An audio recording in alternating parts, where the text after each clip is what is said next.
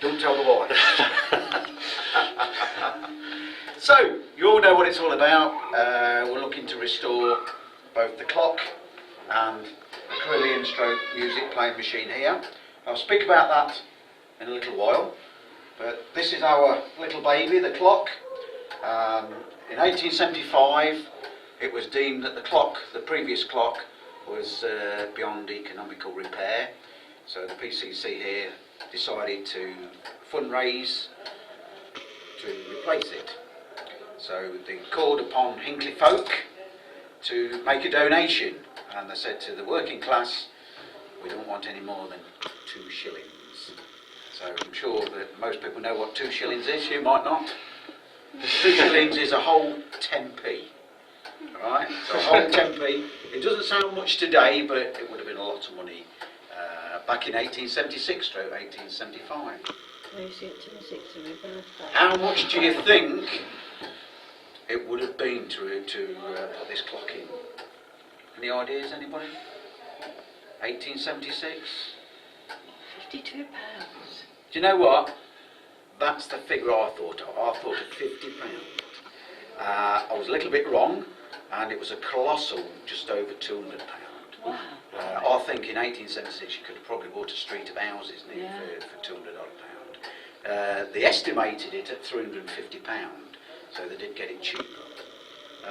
They called upon a company called Gilliton Bland. They were manufacturers installers from down in Croydon. So in 1876 they come along and put this little beastie in. It's called a 3-gear trained semi-flatbed turret clock. Okay.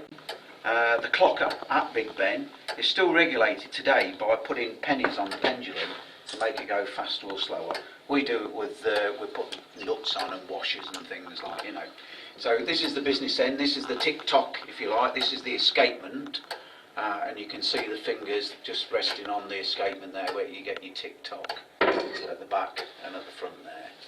This spindle, I don't know if you can quite see, but the spindle that goes across there, what I'm just tapping, that spindle there, 1 revolution of that spindle is 1 minute.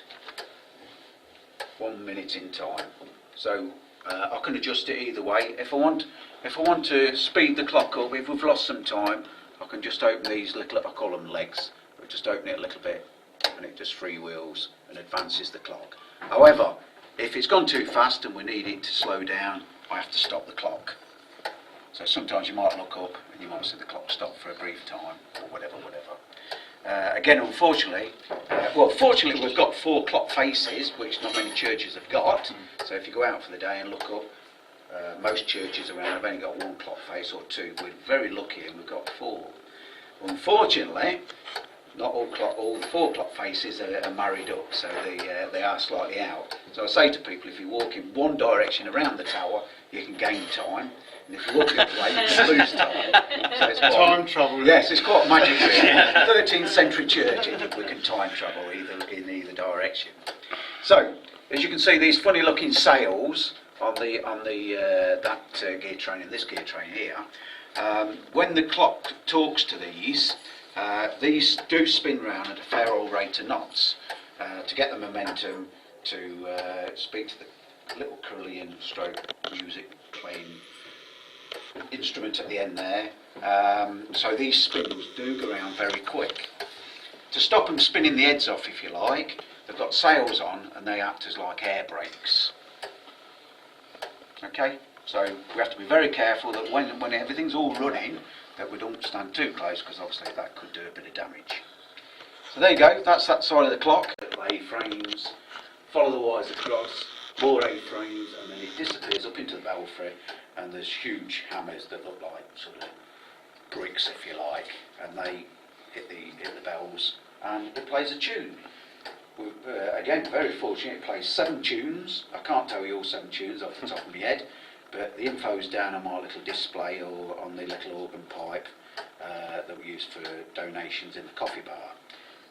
So again, I think it's fantastic in the fact that in 1790, handmade, probably pre any standardisation of threads. There's probably homemade threads on there, and it's automatic. Would you believe? So each day it plays a tune, and then it sort of moves on, coincides with more pegs,